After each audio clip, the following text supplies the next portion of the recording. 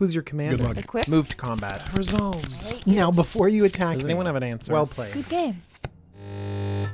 Hello everyone, my name is DJ, this is the Jumbo Commander YouTube channel, and I am so excited to share with you what is the most exciting Boros deck that I've seen in a long time. This is my favorite Boros commander.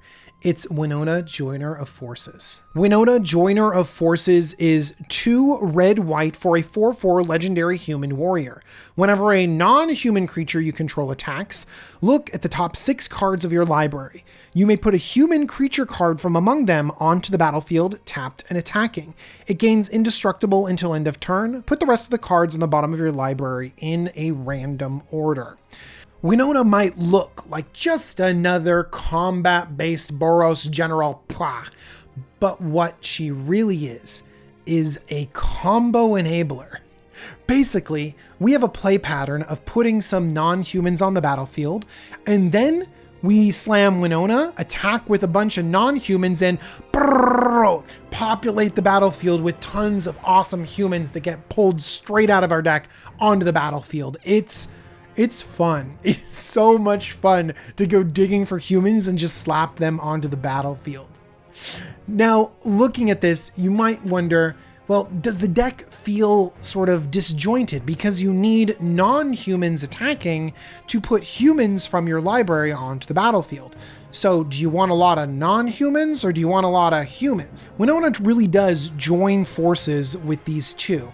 And I've found that if you balance the early drop non-humans with the biggest humans that we can find, and to be fair, humans are relatively small. This is not Ilharg the Razeboar that puts the biggest red creatures that you can imagine on the battlefield. Humans are relatively tame, but we can get a lot of them. Let's take a look at some of the early non-humans that we can play, and then we'll transition into some of the humans that we're gonna cheat onto the battlefield. For mana ramp, we have Legion's Landing, making us a vampire. Dockside Extortionist is a goblin pirate, and Cartographer's Hawk is just a good old bird. Good job, Cartographer's Hawk. These could all ramp us to more relevant spells, but also they're non-humans that can trigger Winona. Even if we're just throwing them away, they're gonna be getting humans out of our deck. Look, we're gonna need creatures on the battlefield to make this work, and hopefully we're gonna be attacking with a lot of creatures to put a lot of humans onto the battlefield. That means that we need to protect our board. Giver of Runes provides protection, and luckily is a core cleric, thus a strict upgrade over Mother of Runes in this deck. Selfless Spirit is a spirit cleric, protecting your board by giving it indestructible, and the brand new Luminous Broodmoth is just good. It just goes in white decks. I love it so much, but it also is a non-human and protects our board really well. Another form of protection can come in the form of Grand Abolisher, preventing your opponents from interacting with that critical combat step that you care a lot about. Unfortunately, Grand Abolisher is a human, so playing it early won't give you another trigger for your Winona.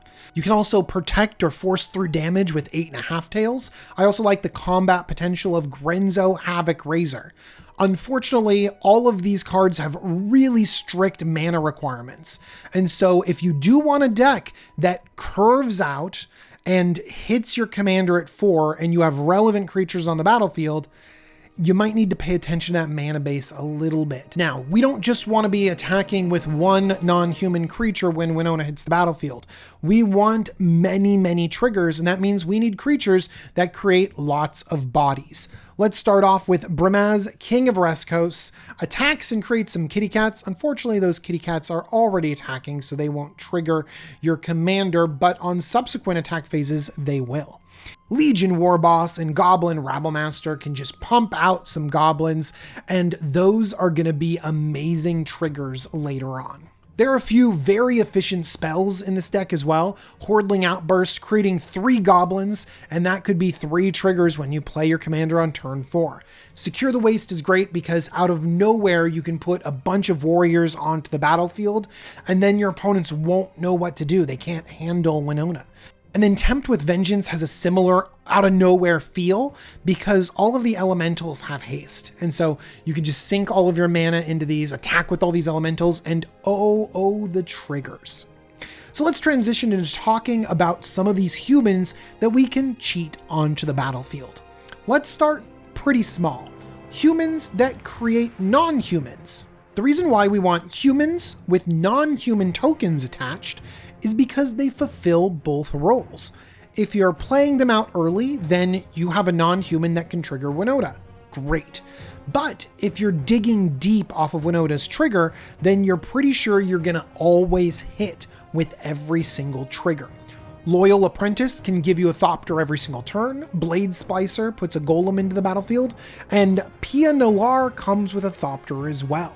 Seasoned Pyromancer can come with 2 elementals, and we can get some elemental flashback in the late game. Pia and Kiran Nalar come with 2 Thopters, and Knight Captain of Eos comes with 2 White Soldier creature tokens. Now, here are some humans that can smash super hard, but they also come with tokens. Geist Honored Monk, 3 white for a star with Vigilance. Geist Honored Monk's power and toughness are equal to the number of creatures you control. We're going to be going super wide on this board when we have Geist Honored Monk swinging in. And it enters the battlefield with 2 1/1 white spirit creature tokens with flying. Silverwing Squadron is 6 mana for a star human knight with flying and vigilance, and it also has the power and toughness equal to the number of creatures you control. When it attacks, create a number of 2/2 white knight creature tokens with vigilance equal to the number of opponents you have. These are the kinds of creatures that easily get out of control. And we have other really powerful humans. Gold Knight Commander is one of our best. Whenever another creature enters the battlefield under your control, creatures you control get +1/+1 until end of turn. We're going to be triggering Winona over and over and over again, and all of those creatures are going to be putting tokens on the battlefield. It's going to be crazy. And so you're going to see this huge effect of your team getting pumped to make this gigantic attack that comes out of nowhere. We can also double up the damage with Bruised Tarl, Boorish Herder.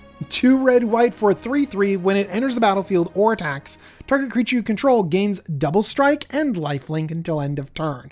We're going to have some really solid targets for this. As we're moving up, we're going to have more and more impactful humans that we can cheat onto the battlefield. I love Godo Bandit Warlord. 6 CMC for a 3/3 human barbarian. When it enters the battlefield, you may search for an equipment card and put it on the battlefield. And whenever Godo attacks for the first time each turn, untap it and all samurai you control. After this phase, there is an additional combat phase. That additional combat phase could be really strong because there are definitely some humans and non-humans that have vigilance in this deck. I think the piece of equipment that I'm going to be looking for is Embercleave. We can cheat it on the battlefield and then instantly attach it to one of our biggest creatures, doubling up damage. And speaking of doubling up damage, Angrath's Marauders, the most expensive human that we have in this deck. 7 mana, 5 red for a 4/4 human pirate. If a source you control would deal damage to a permanent or player, it deals double that damage to that permanent or player instead.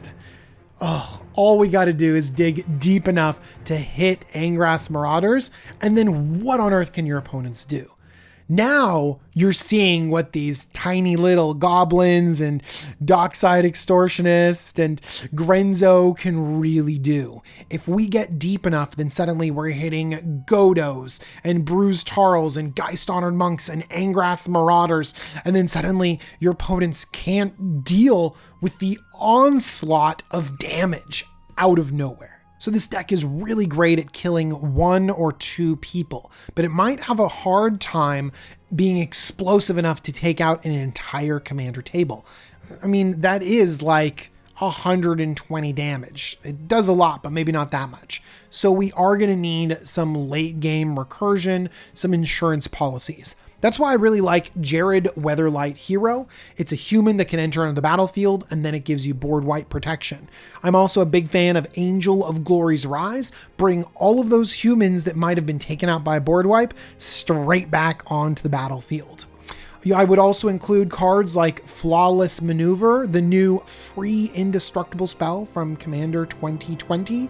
This is the home for this card. It's so good. Your opponents are going to try to be like, no, no, no, you can't do this crazy search your human thing. No, we're shutting this down. And you're like, indestructible. And then you basically win the game. It's so great. There's also a few enchantments that synergize really well with how wide we're going. Perforos, God of the Forge, pinging each of your opponents, pumping your team is just a great card. And Cathar's Crusade is always a great card in creature-based strategies, token strategies. Whenever you're going wide, it can help you build your team tall as well. It's just great. So, what does this deck do? Well, you play all of your awesome non-human utility cards in the early game, provide some disruption, some protection, some mana ramp, and then maybe you transition into, I don't know, a Goblin Rabblemaster, a Hordling Outburst, some way to get some bodies on the battlefield. And if your opponents don't immediately answer this, then what do? Well, you play your commander almost like an enchantment out of your command zone. You're like, all right, it's my time to get some humans on the battlefield. Play your commander, attack with, I don't know, 5 goblins, and then suddenly, oh, let's go searching for humans. Let's find a human, let's find a human, let's find a human. And then your board just becomes crazy. And the amount of damage coming in is huge. And all those humans, those key cards, those powerful cards that we've pulled out of our deck, they're indestructible. Suddenly you have a board state that people have to deal with right then. And the amount of damage that you've dealt is crazy. I'm in love with this deck.